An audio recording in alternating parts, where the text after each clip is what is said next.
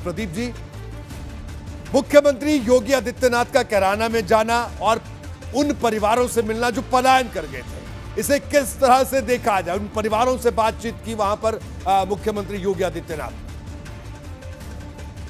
देखिए रोहित जी, बड़ा साफ उद्देश्य है पार्टी का और मुख्यमंत्री कि 2017 से पहले आप किन परिस्थितियों में जीते।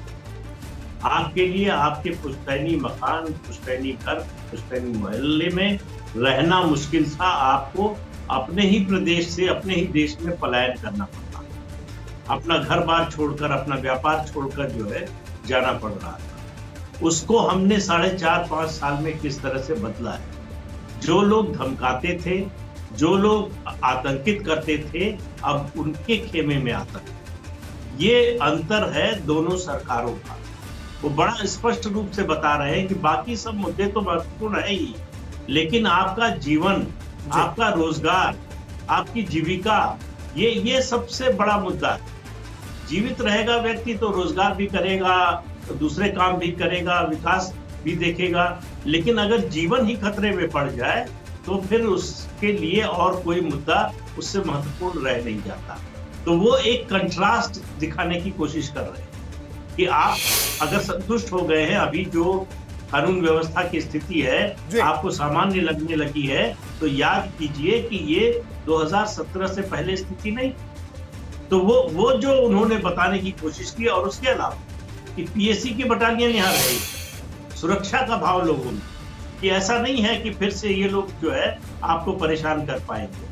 जो लोग लौट कर आ रहे हैं उनके मन में सुरक्षा का भाव कि निश्चिंत रहिए, जब तक ये सरकार है, जब तक मैं मुख्यमंत्री हूं, तब तक आपके जीवन पर, आपकी जीविका पर कोई खतरा नहीं। जी प्रदीप जी, इसके अलावा इस परिवार से मिले और उसके बाद जब मंच पर मुख्यमंत्री योगी आदित्यनाथ आए तो वहां पर भी उनके जो तेवर थे वो इसी तरह के दिखे। उन्हें एक बातों का जिक्र भी मैंने किया, अभी दर्शकों को दिखाया कि क्या क्या बड़ी बातें कही।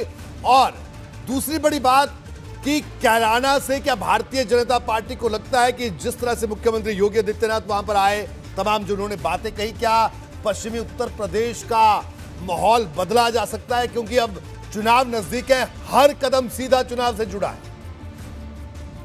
देखिए, भारतीय जनता पार्टी के विरोध में जो है मजबूत विपक्ष जो है वो समाजवादी पार्टी और जयंत चौधरी का जो है राष्ट्रीय लोकदल है, आरएलडी।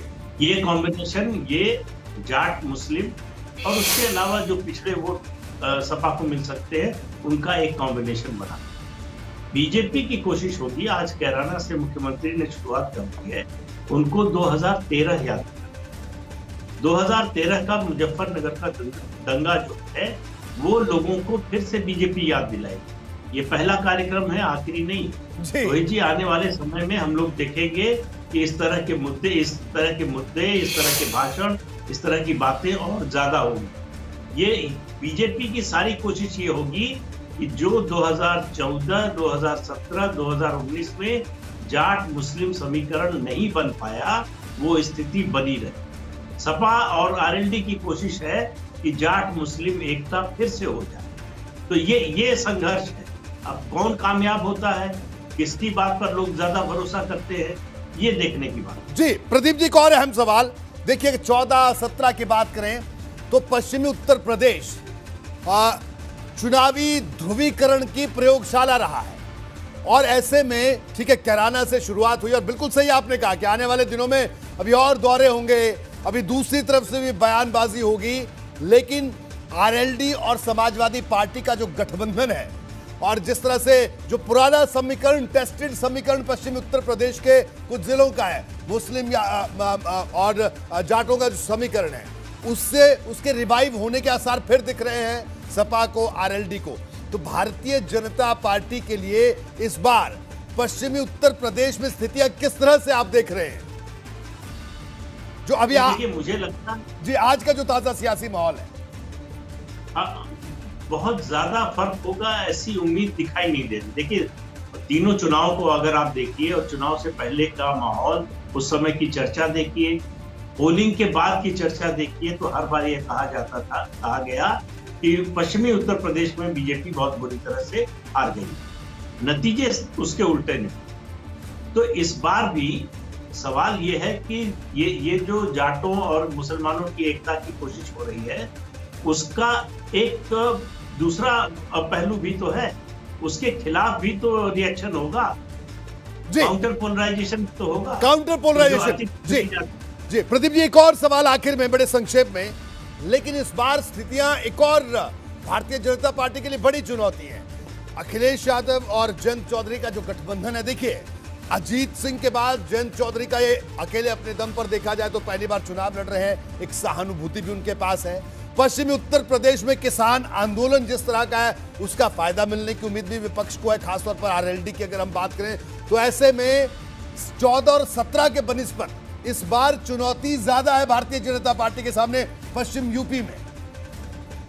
नहीं, मुझे तो लगता है कम है, 14-17 के मुकाबले ज्यादा है, लेकिन 19 के मुकाबले कम। 19 में तो इसमें बहुजन समाज पार्टी भी शामिल थी जी, और पश्चिमी उत्तर प्रदेश में जाटव वोट बहुत प्रभावशाली है, आपको पता है जी बिल्कुल। तो जब सपा, बसपा और आरएलडी तीनों थी, तब भी बीजेपी को बड़ा नुकसान नहीं कर पाई जी। तो अब तो बीएसपी अलग है, तो इसलिए मुझे लगता है कि बहुत बड़ा कोई गुणात्मक अंतर नहीं आने वाला। ये बात आपकी सही है कि जयंत चौधरी को पहले से ज्यादा जाट समर्थन मिलेगा, इसमें कोई दो राय नहीं। जी तो बिल्कुल प्रदीप जी, आने वाले दिनों में पश्चिमी उत्तर प्रदेश में दौरे, बयानबाजी, सब कुछ देखने को मिलेगा और इसी तरह से हम एक एक पहलू का विश्लेषण करते रहेंगे। आपका बहुत बहुत शुक्रिया इस पूरी चर्चा में हमारे साथ शामिल होने के लिए।